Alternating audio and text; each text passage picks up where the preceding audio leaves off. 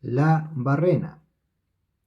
Aquellos sí que eran buenos tiempos, dijo el abuelo, dirigiéndose a su juvenil auditorio, que lo oía con la boca abierta. Los cóndores de oro corrían como el agua y no se conocían ni de nombre estos sucios papeles de ahora. No había más que dos piques, el Chambeque y el Alberto, pero el carbón estaba tan cerca de los pozos que, de cada uno de ellos, se sacaban muchos cientos de toneladas por día. Entonces fue cuando los de Playa Negra quisieron atajarnos corriendo una galería que iba desde el bajo de Playa Blanca en derechura a Santa María. Nos cortaban así todo el carbón que quedaba hacia el norte, debajo del mar.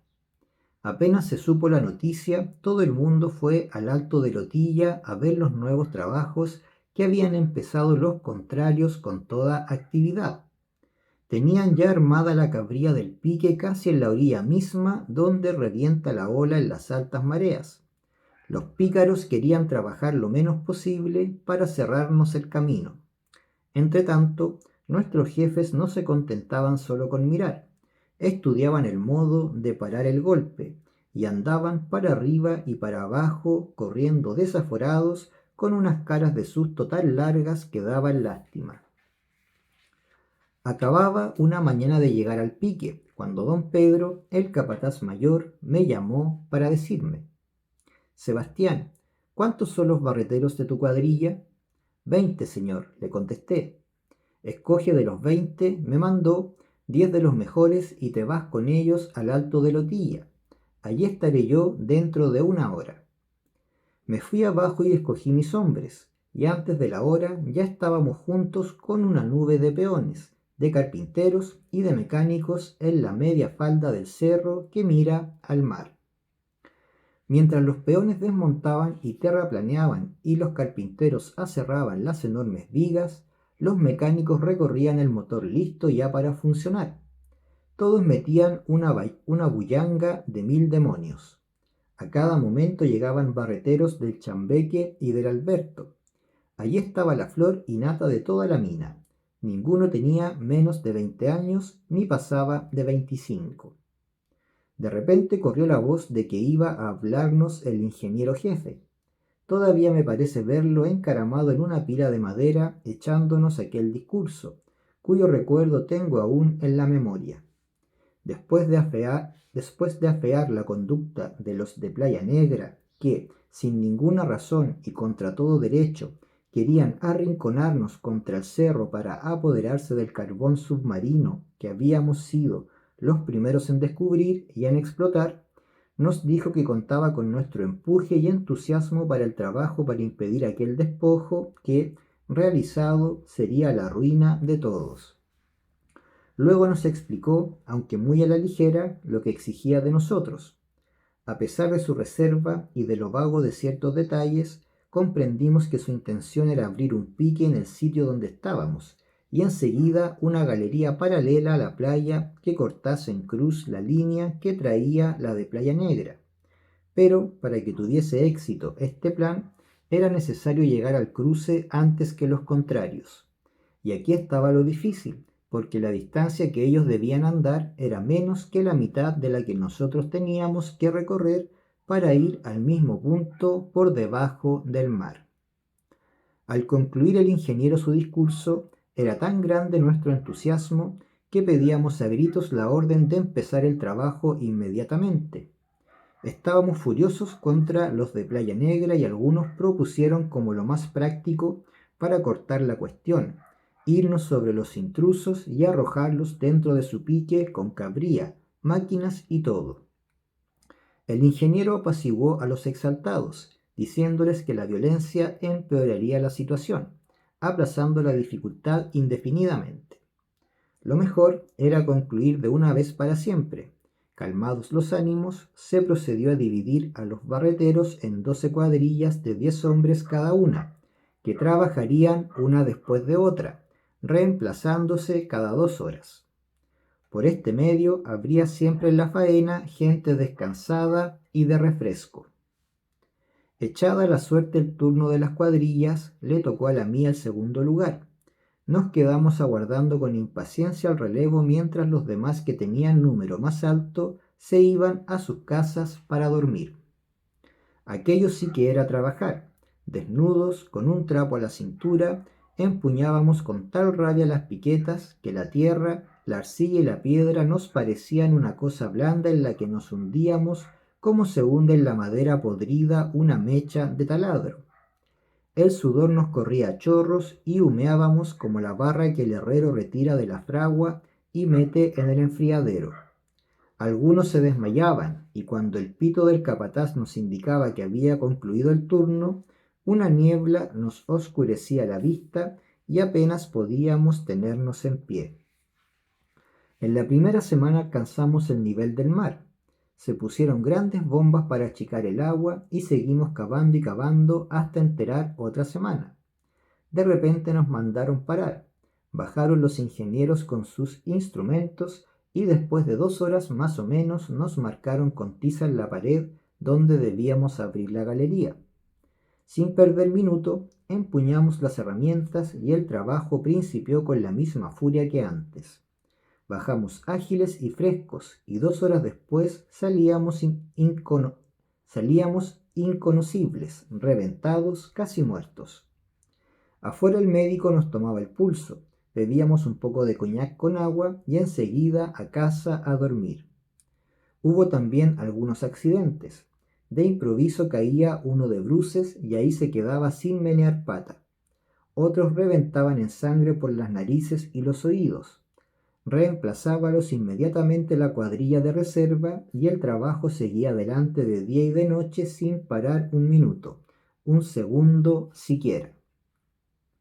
Era imposible hacer más, pero a los jefes todavía les parecía poco. Andaban con un julepe que se los comía, y no era para menos, porque nosotros que íbamos de sur a norte para cerrar el camino a los de Playa Negra, que iban hacia el oriente, teníamos que recorrer una distancia casi doble. Hacía ya un mes que trabajábamos, cuando una mañana vinieron los ingenieros a hacer una nueva medición de la galería. Esta demoró la cosa bastante. Hablaban, medían y volvían a medir y de pronto nos ordenaron que suspendiéramos el trabajo hasta nuevo aviso. Como nos moríamos de curiosidad y deseábamos saber si habíamos ganado o perdido, ninguno quiso alejarse de la mina hasta no averiguar en qué paraba todo aquello. Yo, como jefe de cuadrilla, me apersoné a don Pedro, el capataz mayor, que estaba todo el tiempo con la oreja pegada al muro, y le pregunté: ¿con que ya les tapamos la cancha? Me hizo un gesto para que callase y entonces puse yo también el oído en la pared. Estuve así un rato escuchando con toda mi alma y de repente me pareció oír muy lejos unos golpecitos, como si alguien estuviese dando papirotes sobre la piedra. Puse más atención y cuando estuve ya seguro de no equivocarme, llamé al capataz y le dije: Don Pedro, es aquí donde viene la barrena. Se acercó y nos pusimos a escuchar juntos. De pronto, a la luz de la lámpara, vi cómo brillaron los ojos del capataz. Los golpes de combo en la barrena guía se iban sintiendo cada vez más fuertes. En ese momento llegaron los ingenieros y después de escuchar también con la oreja pegada al muro, desarrollaron un plano y se pusieron a trabajar con sus aparatos.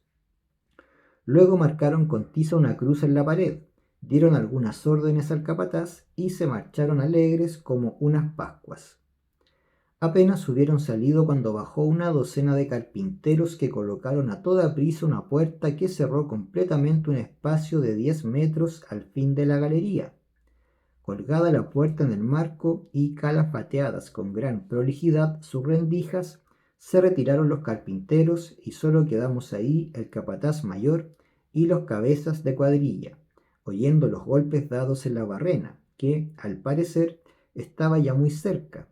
Sin embargo, pasaron todavía muchas horas y serían tal vez las 3 de la tarde cuando el capataz me dijo: «Ve arriba y avisa que tengan listo el brasero». Fui a toda prisa a cumplir la orden y cuando estuve de vuelta se sentía tan claro el ruido de la barrena que calculé que no pasaría media hora sin que la punta asomase por la pared.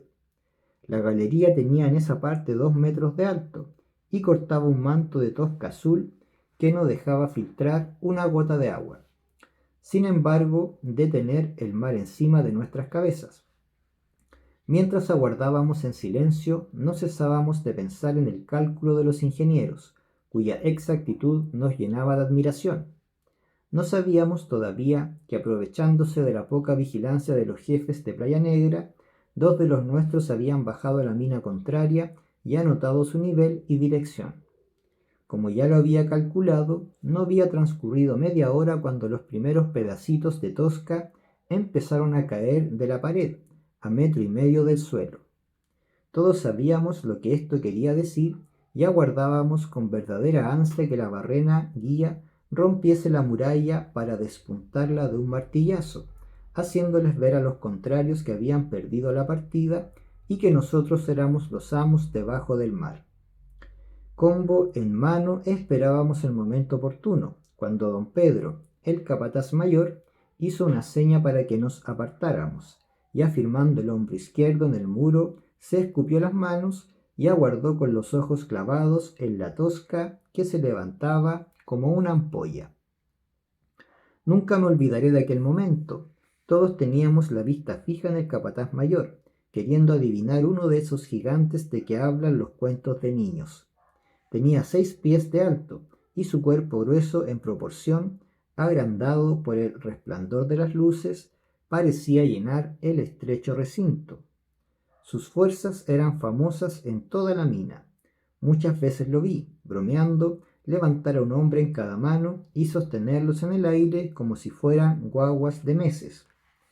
Con un pie delante del otro, la cabeza un poco inclinada, esperaba el instante en que la barrena asomase por el muro.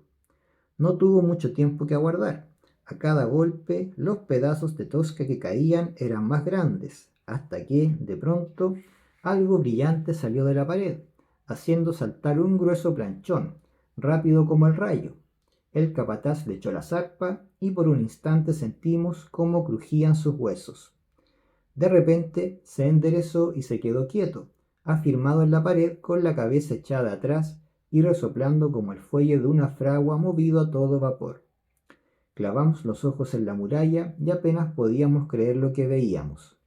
Doblada en forma de escuadra, la extremidad de la barrena sobresalía del muro unos 50 centímetros y movíase de un lado a otro como el péndulo de un reloj. El abuelo hizo una pausa y después de tomar entre sus dedos temblorosos el cigarrillo encendido que uno de sus atentos oyentes le alargaba, continuó. Lo que me falta que contarles es muy poca cosa. Mientras los de Playa Negra, que no podían adivinar ni remotamente lo que había pasado, achacaban el accidente a un simple atascamiento de su barrena y hacían los esfuerzos imaginables para desatascarla, ensanchando el orificio, nosotros habíamos colocado frente a él un brasero de carbón encendido. Luego el capataz mayor dio la orden de que todo el mundo abandonara la galería, quedándonos los dos para terminar los preparativos. Todo quedó listo en un momento. Después de ensayar si la puerta cerraba bien y mientras ya me alejaba prudentemente, don Pedro tomó en sus brazos, como si fuera una pluma, el enorme saco lleno de ají que se había bajado hacía poco, y desde el umbral lo lanzó sobre las brasas encendidas. Cerró, acto continuo, la hoja de un puntapié, y volviendo las espaldas echó a correr hacia el pozo de salida. Yo, que iba adelante, fui el primero en llegar al ascensor, y aunque nos izaron inmediatamente, sentimos al llegar una picazón en la garganta, acompañada de una tos seca insoportable. No hacía 10 minutos que habíamos salido cuando vimos que algo extraordinario pasaba en la mina enemiga. La campana de alarma empezó a repicar a toda prisa, y algo muy grave debía ser lo que ocurría abajo, porque el toque era desesperado. Como estábamos más alto que ellos, ningún detalle se nos escapaba. Cuando apareció el ascensor, la boca del pique estaba llena de gente. Los que salían eran rodeados y acosados a preguntas, que oíamos perfectamente. ¿Qué hay? ¿Qué pasa? Pero los pobres diablos no podían contestar, porque una extraña tos los sacudía de pies a cabeza. Entonces prorrumpimos todos en gritos y vivas, que los de Playa Negra contestaban con insultos y blasfemias.